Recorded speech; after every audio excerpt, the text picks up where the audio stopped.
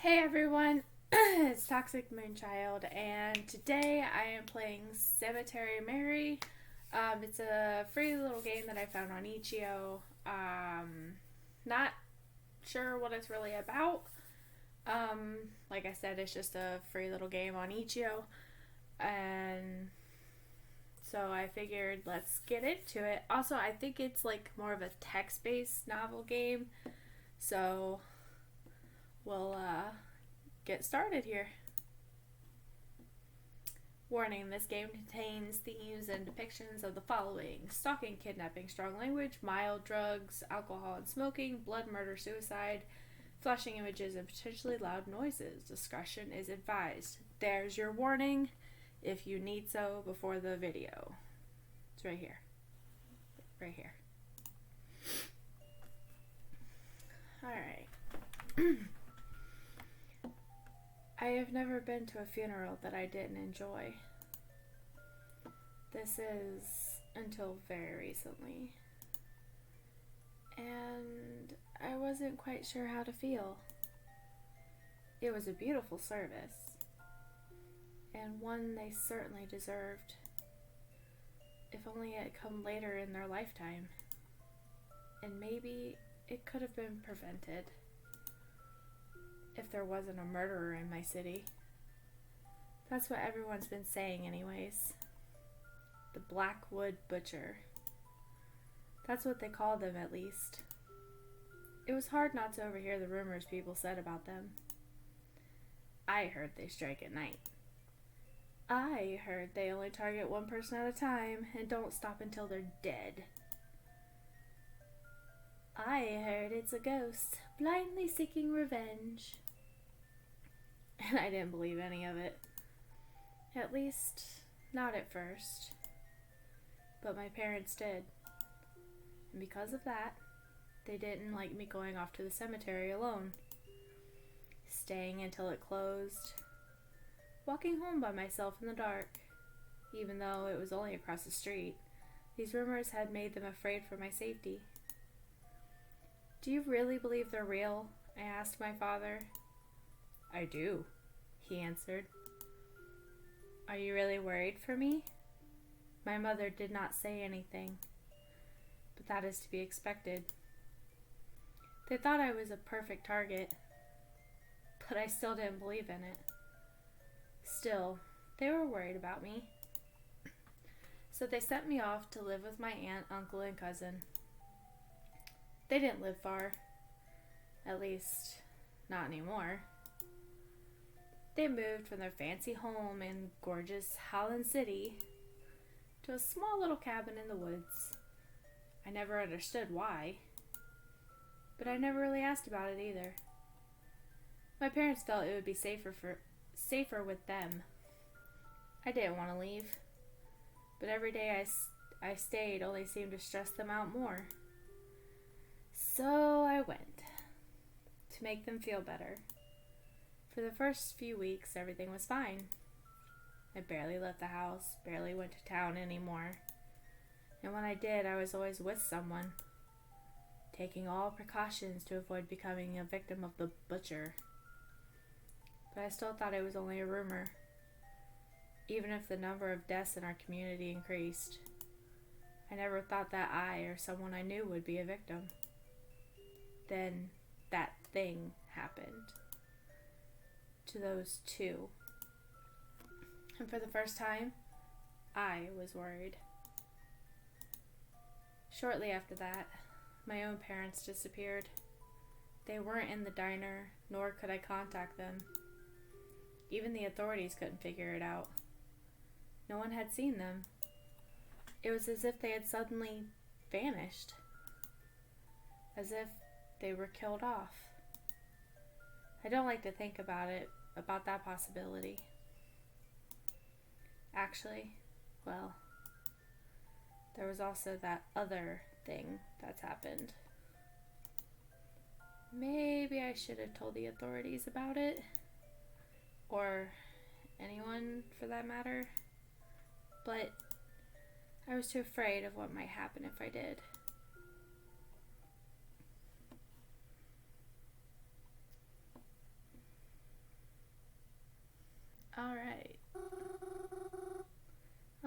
I knew I'd fall asleep if I sat down.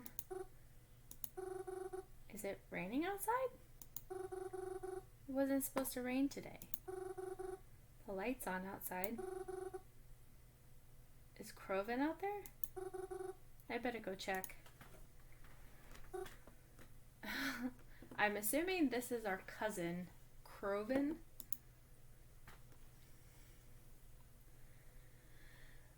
What are you doing out here? It's raining. You're out here. Where's Aunt and Uncle? Croven, I finished dinner. Come inside. I can see that it's raining, Mary.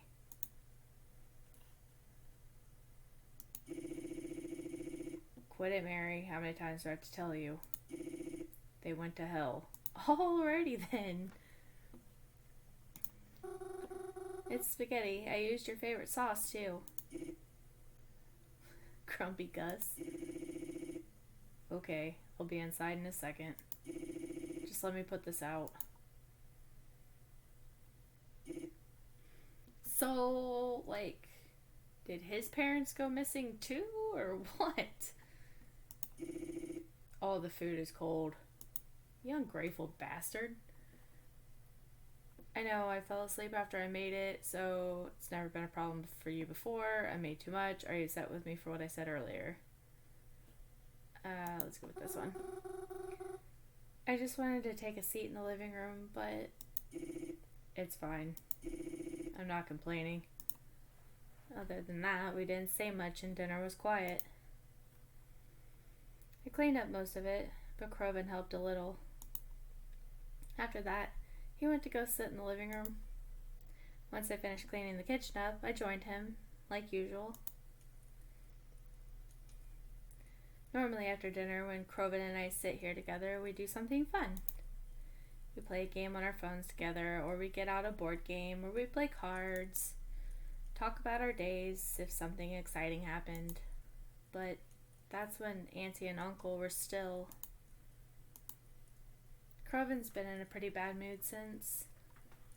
Like, what happened? It's not as if I can blame him. I want to talk to him, but I don't really know if he's much in the mood to talk. We're going to try to attempt conversation. Crow, do you want to talk about it? There's nothing to talk about. I've still got my old therapist number, you know. He's just like, the fuck? Croven? Ain't there a reason she was your old one? I know. But she was good at this kind of stuff. And I've been thinking that maybe... Shut up, Mary. Just shut up already. Can't I be bitter over it? Why are you trying so hard to rush me into therapy, huh? Thought you knew about this shit better than anyone, but here you are. I'm not gonna stop being upset just because you miss me being all happy, smiley and shit. Can't you just stop trying to fucking talk to me about it? Alrighty then. I'll get over it when I get over it. Maybe get your own life and then you'll stop worrying so much over mine. Sorry. Asshole! Like, Jesus, she's just worried about you, dickhead. I think I ended up making Croven more agitated trying to talk to him. Oh well. What a dick. After a few more moments of awkward sitting, I went upstairs and headed to my bedroom. I didn't want to make Croven angrier than I already had. I brushed my teeth and got changed in my pajamas. I stretched out on what you can consider my bed. The room I have in the cabin is nice. It's not like my room back at my actual home, but I've stayed here so long that I've been able to decorate it a bit more to my liking. It's a pleasant room to stay in, even if it's not quite home. Of course, I don't normally sleep right away. I usually read a book or watch a movie on my laptop or lie awake thinking of every embarrassing thing that's happened in my life. But as of recent, I've picked up different nighttime ritual. One that's nowhere near as pleasant. The text message I had received the days following my parents' disappearance. It was from a number I didn't recognize. Your parents are safe, it had said.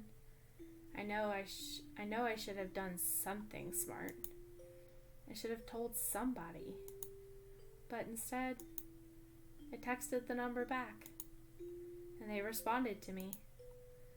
I noticed that other than the first message, they usually don't reach out to me. It's me who keeps texting them, hoping to find out what's happening behind all this. Are you still awake? I'm awake whenever you want to talk. Are my parents still alright? Yes. I am keeping a careful eye on them. How can I be so sure you even have them? If you're just trying to prank me, why would I do that? Because I'm hoping it's a prank? I'm sorry, it isn't a prank. I can promise that it's all real. How did you even get my number? Your parents gave it to me. Why would they do that? Because they care about you? You must be lying to me. My parents wouldn't do something like that. I'm sorry, you don't know your parents as well as you think you do. What does that mean? Seriously, you freak me out. I just want my parents back. Please don't drag this out. I just want them back home. You should get some rest. It's late, isn't it? I'll talk to you tomorrow. I don't like to text for too long. Until then, goodbye. Goodbye. They suggested that I get some rest. But how did they expect me to do that? I never felt more restless in my life. Even asleep, I knew I wouldn't rest. So, is like some random person going around here just like kidnapping random people or what? Like, what is happening here? I don't understand. When I woke up the next morning, Craven had already left for the day. That wasn't a surprise. He'd been staying out late and leaving super early ever since the incident. I think being home bothers him. I'm not surprised. Whenever I pass the diner, I too feel like not being there. It's not the same without Mom and Dad after all. Despite this cabin being out in the middle of the woods, it really isn't all that hard to get back to Blackwood. Outside of our cabin is a faint dirt trail. Gets a bit twisty at some parts, but it isn't too confusing. Takes about 15 minutes to walk down, but maybe 10 if you're fast. At the end of the trail there's a fence, one with a slight gap in it. And past the fence, there's a little community. It isn't big. A few trailers, a few people living all the way out here. Far from anything that's, well, anything. But there's a road here, and a bus that comes through. It runs through Blackwood. So whenever we need to leave, we take this bus. Then after the short end of the trip, you're in Blackwood. It's the city I grew up in, and I always really loved it. There's a library and the local stores. But my most favorite place is to be in the Blackwood Cemetery. It's got lots of trees to read under and the prettiest headstones I've ever seen. There's a mausoleum too. Though I've never been inside. Private mausoleum, you know. I don't know who it belongs to. Anyways, I always try to leave flowers when I visit, at least every so often. And I visit a lot. I like to think it helps them, you know. not feel lonely. Then after having spent my day in Blackwood, I come back home the same way I left. But I always make sure no one sees the way I come back home. Just in case, you know?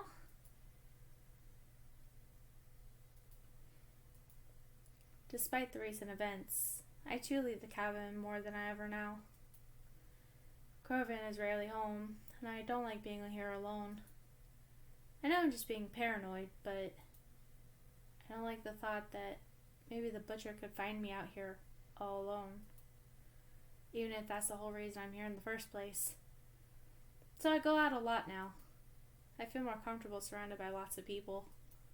Despite how things may seem, I prefer to be around people anyways. That's one reason why I like to go to the cemetery so often. There's always people there. Even if you can't see them. After I got out of bed, I made myself a small breakfast and got changed in my favorite outfit. Groven's gone, and the bus I take out into town should be arriving any minute now. Where should I go today? Library, the cafe, the cemetery. Let's go to the cemetery, since that's your favorite place anyhow. I went to my favorite place, the cemetery. The cemetery is pretty much on the same block as my family's restaurant. Right next to it, in fact. All you have to do is cross the street. It's on the same side of the road. I think my parents chose this location because it's good for business. That's what Mom told me anyways. People are usually hungry after a funeral. Crying really takes a lot out of you after all. I was always glad to live there because I really love visiting the cemetery. I like to walk down the roads and see who got flowers that day. That's what I do most days. Sometimes I'll pick my own flowers just to leave on graves that look like they've been forgotten about. I'm actually quite known for the cemetery. Some people have begun to use the nickname for me, though I don't know how many of them even know what I look like. When I arrived at the cemetery gates, however, I was surprised to see Corvin standing there with what looked like a new friend. Corvin? Mary? Did you follow me? Huh? No, I didn't. You know I always come here. Yeah, but that's usually not till later. Why are you here so early? I mean, it's not as if I had anything better to do. Well, do you have to be here right now? Kinda on a date. Oh, this is a date? I mean, it can be if you want it to be. I'll think about it. Ugh. That's just like what I imagine. Seriously, what I just imagine, just this face is just like, ugh.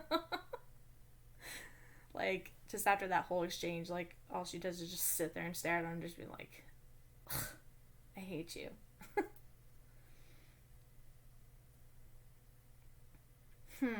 Who's your friend, or how was I supposed to know you'd be here? Let's go with who's your friend. This is Visalis. I met him at the arcade. Yo. Sorry, Mary, but can you please go? I really just don't have the energy for this right now. Yeah, okay. Sorry. I didn't mean to intrude. I'll see you later. Later. See you some other life, Mary. I don't like her for some reason. I left Corvin alone. I didn't want to interrupt his little date or whatever. I especially didn't want to make him more mad at me. However, I wasn't going to let him stop me from going to the cemetery. I continued on past the gates and stepped inside. It seemed emptier than usual. It didn't look like any funerals were being held today. Would it be mean of me to wish there was? Yeah, it probably would be. Forget I said anything like that. It was a really awful thing to say. When nighttime rolled around, I headed back home. I slipped in my pajamas and headed to bed almost immediately. Of course, though, I couldn't sleep right away. I had someone I needed to talk to first. Okay, I think we're going to leave it here.